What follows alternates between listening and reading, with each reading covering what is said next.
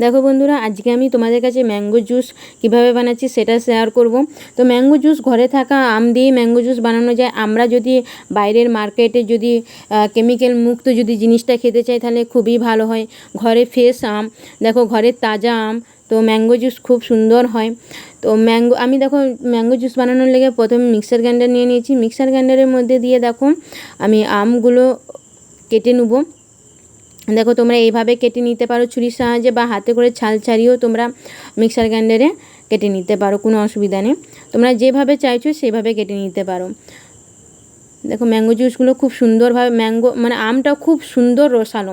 আমার মনে হয় বাজারের যে কেমিক্যাল বা হচ্ছে প্রিজারভেটিভ যে ম্যাঙ্গো জুসটার থেকে এই আসল ম্যাঙ্গো জুসটা অনেকটাই খাওয়া বেটার, নিজেদেরও ভালো বাচ্চাদেরও ভালো।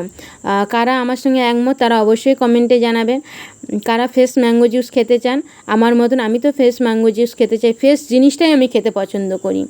তো দেখো আমগুলো প্রচণ্ডভাবে হয়েছে। এটা আমার 2 মিক্সার গ্রাইন্ডার হয়েছিল, অতগুলো আম একটা মিক্সার গ্রাইন্ডারে তোমাদের কাছে দেখাইছি।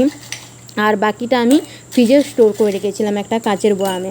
তো কাঁচের বয়ামে স্টোর করে রাখলে ফ্রিজেতে 15-20 দিন অনায়াসেই চলে যায়। ওইটা আমি যদি রোজ একটু একটু করে যদি বাচ্চাদেরকে খাওয়াই তো খারাপ তো কিছু নেই।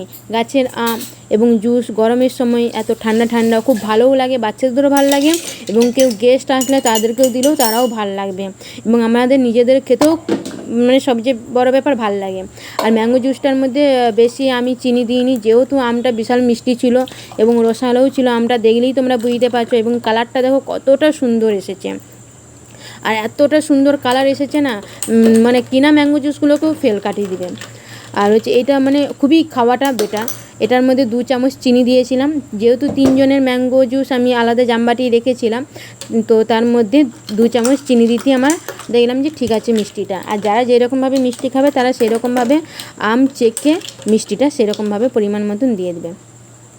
তো এইখানে দেখো ম্যাঙ্গো জুস বানিয়ে নিয়েছি আমরা, এবং চলো আমরা খাই। এবং আমি তোমাদের কাছে ভিডিও শেয়ার করব আমের জ্যামও বানাইছি। আমের জ্যাম কি দিয়ে খাওয়া যায়, কত রকমের যে বানানো যায়, বাচ্চাদের লেগে খুবই ভালো